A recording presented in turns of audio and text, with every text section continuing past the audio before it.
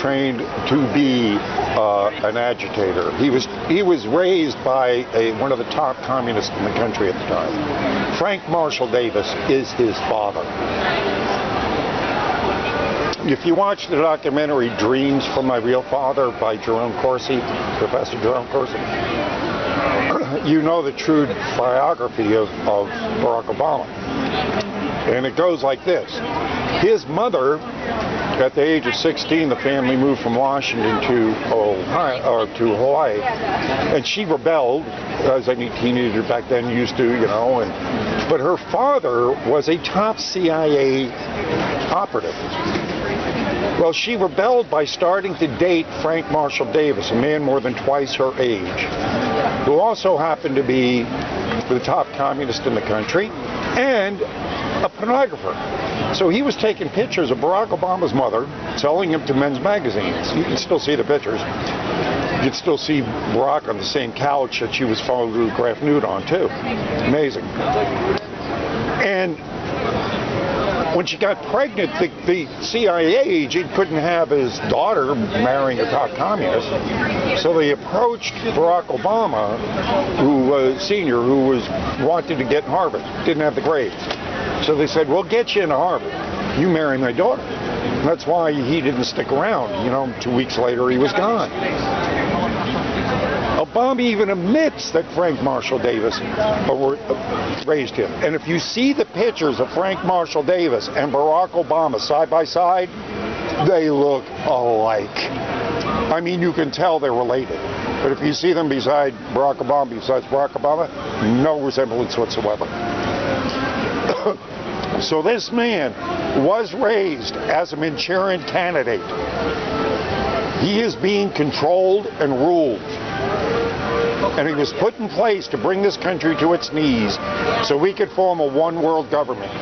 Because they want all the economies to collapse. And it's the dream of tyrants since the beginning of time, is a one-world government, a new world order. Who's going to fix that? Us. Us? Well, we better, don't you think? Yeah. I mean, we're the people.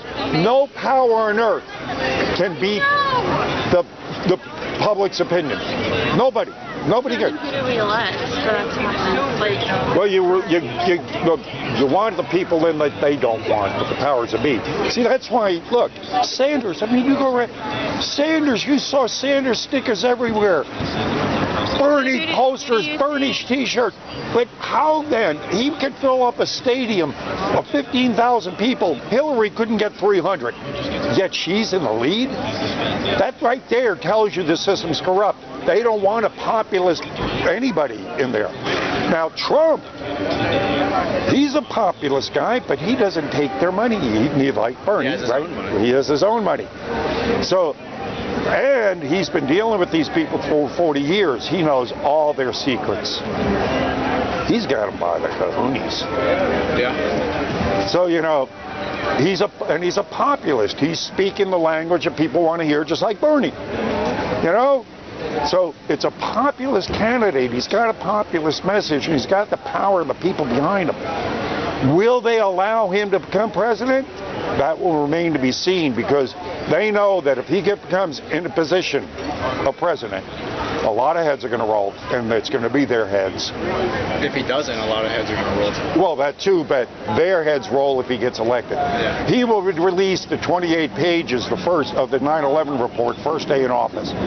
If he does that, the Bush dynasty goes down, the Clinton dynasty goes down, the Obama dynasty goes down, the Rothschild dynasty goes down, it all goes down on the first day in office. Yeah. They can't have that unless we stop them. We either have to rise up as a people. To vote for Trump? Well, yeah, my answer is to all of us need to, like we never have before, get to the polls, because they can fudge, they can cheat only to a certain extent. If it gets beyond a certain percentage, they can't cheat anymore. They can't rob it. Yeah. But you got to remember, we're voting on machines that are owned by private companies that have been proven to be remotely manipulated. That's right. Where the votes are counted in secret, we have no paper trail.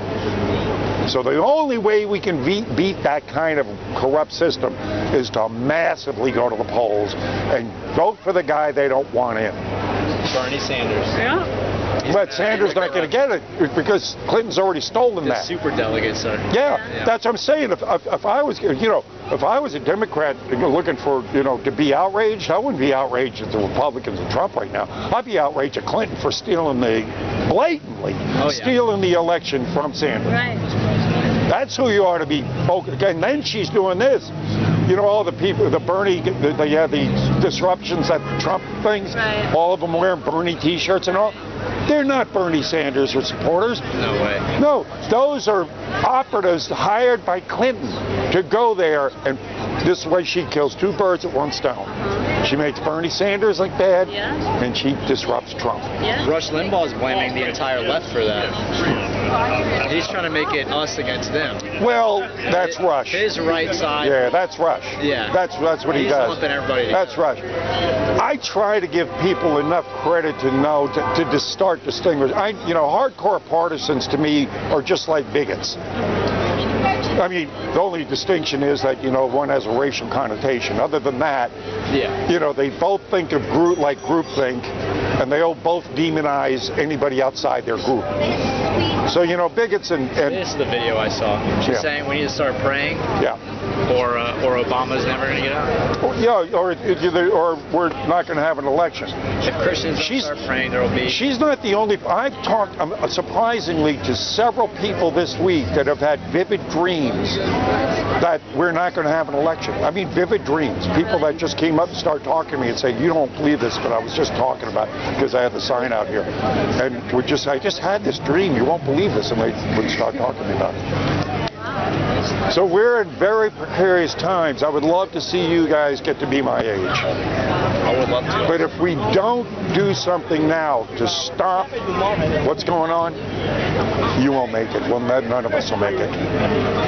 Because the bottom line is, the powers that be, the true powers that be, the Bilderberg Group, the Illuminati, the ones that control it all, they are enacting their one world government now. They've got everything in place. And they don't need us anymore.